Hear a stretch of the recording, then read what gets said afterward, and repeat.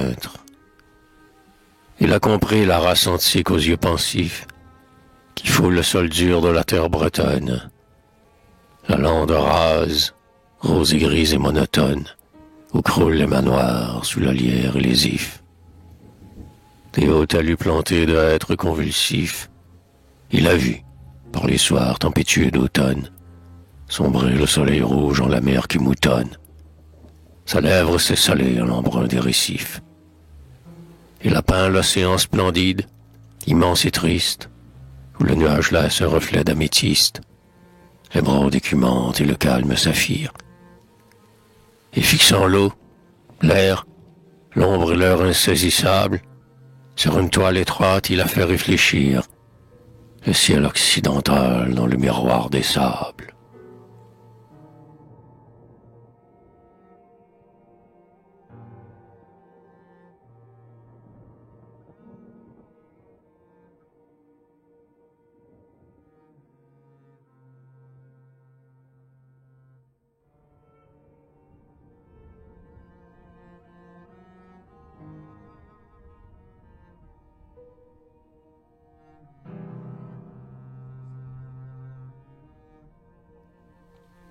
Bretagne. Pour que le sang joyeux dompte l'esprit morose, il faut, tout parfumé du sel des goémons, que le souffle atlantique emplisse tes poumons. Arvor t'offre ses capes que la mer blanche arrose. La jonc fleurit, la bruyère est déjà rose. La terre des vieux clans, des nains et des démons, amis, te garde encore. Sur le granit des mots, l'homme immobile auprès de l'immuable chose. Viens, partout tu verras, par les landes d'Arès, monter vers le ciel morne, infrangible cyprès, le menhir sous lequel gît la cendre du brave, et l'océan qui roule en un lit d'algues d'or, Isla voluptueuse et la grande oxymore, bercera ton cœur triste à son murmure grave.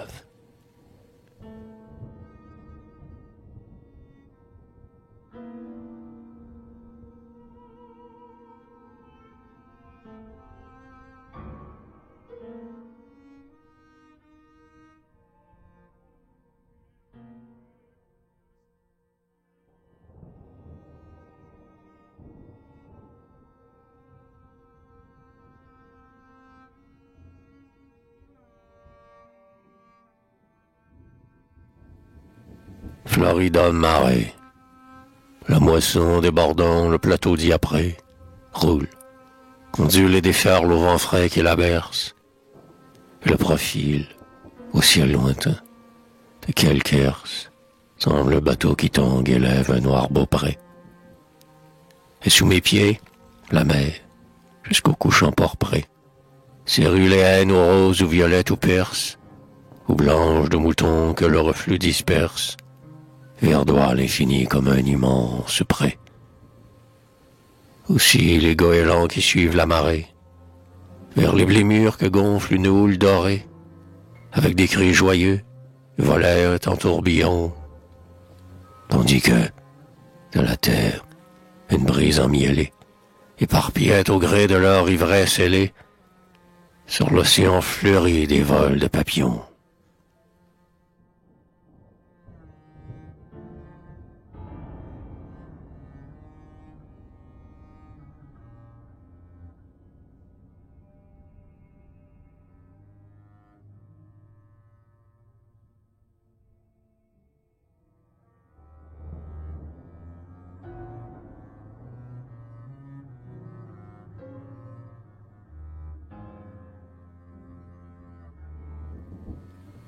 Soleil couchant, les ajoncs éclatants parurent du granit, d'or l'âpre sommet que le couchant allume. Au loin, brillant encore par sa barre d'écume, la mer s'en fait comment sous la terre finie. À mes pieds, c'est la nuit, le silence. Le nid se tait, l'homme est rentré sous le chaume qui fume. Seul, l'angélus du soir, ébranlé dans la brume, à la vaste rumeur de l'océan s'unit. Alors, comme du fond d'un abîme, des traînes, des landes, des ravins, montent des voies lointaines, de pâtres retardés ramenant le bétail. L'horizon tout entier s'enveloppe dans l'ombre, et le soleil mourant, sur un ciel riche et sombre, ferme les branches d'or de son rouge éventail.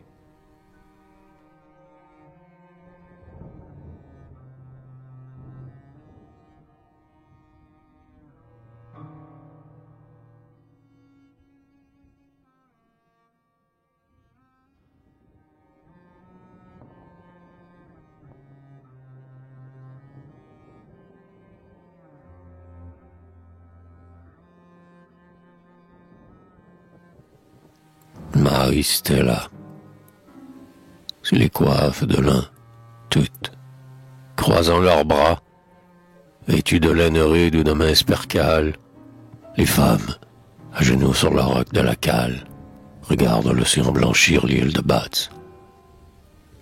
Les hommes, père, fils, mari, amants, là-bas, avec ceux de Paimpol, d'Audierne et de Cancale, vers le nord, sont partis pour la lointaine escale, que de hardis pêcheurs qui ne reviendront pas. Par-dessus la rumeur de la mer et des côtes, le chant plaintif s'élève, invoquant à voix haute l'étoile sainte, espoir des marins en péril. Et l'Angélus, courbant tous ses fronts noirs de hâle, des clochers de Roscoff à ceux des Sibériles, s'envolent, teint et meurt dans le ciel rose et pâle.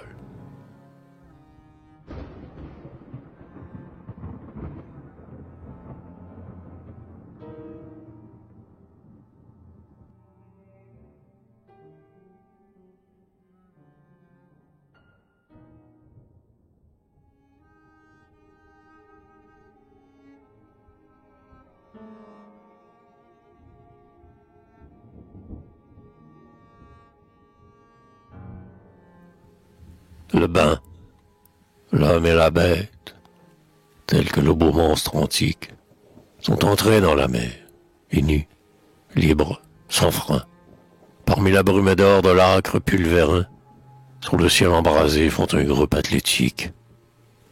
Et les talons sauvages, le dompteur rustique, humant à plein poumon l'odeur du ciel marin, se plaisent à laisser sur la chair et le crin frémir le flot glacé de la rue d'Atlantique.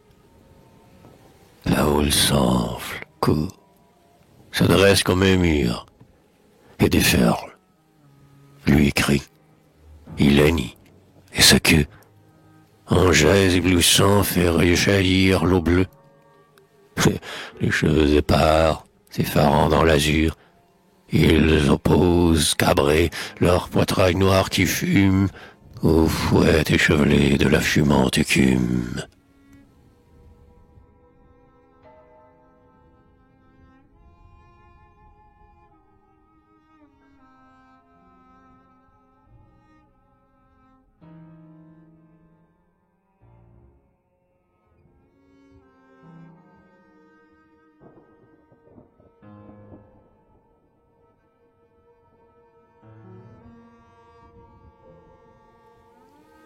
Blason céleste. J'ai vu parfois, ayant tout l'azur pour émail, les nuages d'argent et de pourpre et de cuivre, à l'Occident où l'œil s'éblouit à les suivre, peindre d'un grand blason le céleste vitrail. Pour cimier, pour support, l'héraldique bétail, licorne, léopard, alérion, guivre, monstres, géants captifs qu'un coup de vent délivre, exaucent leur stature et cabrent leur poitrail. Certes, au champ de l'espace, en ces combats étranges, que les noirs séraphins livrèrent aux archanges, cet écu fut gagné par un baron du ciel. Comme ceux qui jadis prirent Constantinople, ils portent, en bon croisé, qu'ils soient Georges ou Michel, le soleil, besant d'or, sur la mer de Sinople.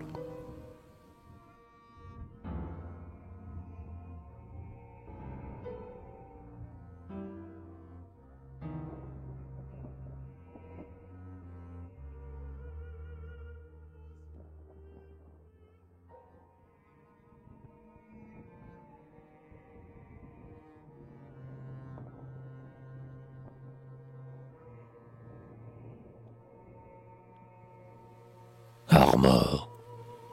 Pour me conduire au rat, je vais prise à Trogor, un berger chevelu comme un ancien évage.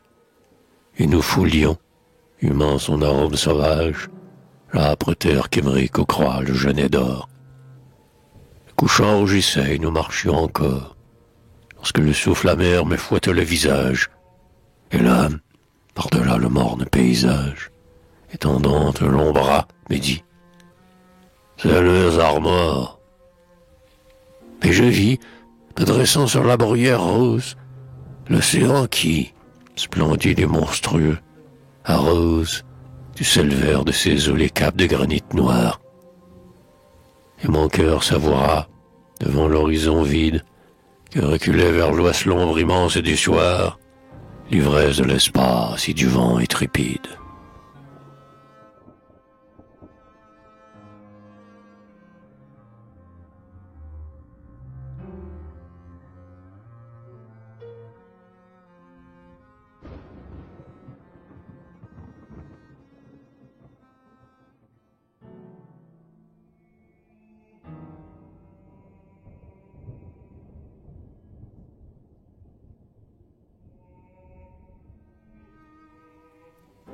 Mer montante. Le soleil semble phare fait fixe et blanc. Dura jusqu'à peine marre, la côte entière fume. Et seul, entre le vent qui rebrousse leurs plumes, à travers la tempête errent les goélands. L'une après l'autre, avec de furieux élans, les lames glauques sous leur crinière d'écume, dans un tonnerre sourd s'éparpillant en brume, empanachent au loin les récifs ruisselants. Et je laisse courir le flot de ma pensée. Rêve, espoir, regret de force dépensée, sans qu'il en reste rien que souvenir amer. L'océan m'a parlé d'une voix fraternelle, car la même clameur que pousse encore la mer monte de l'homme au Dieu, vénément éternel.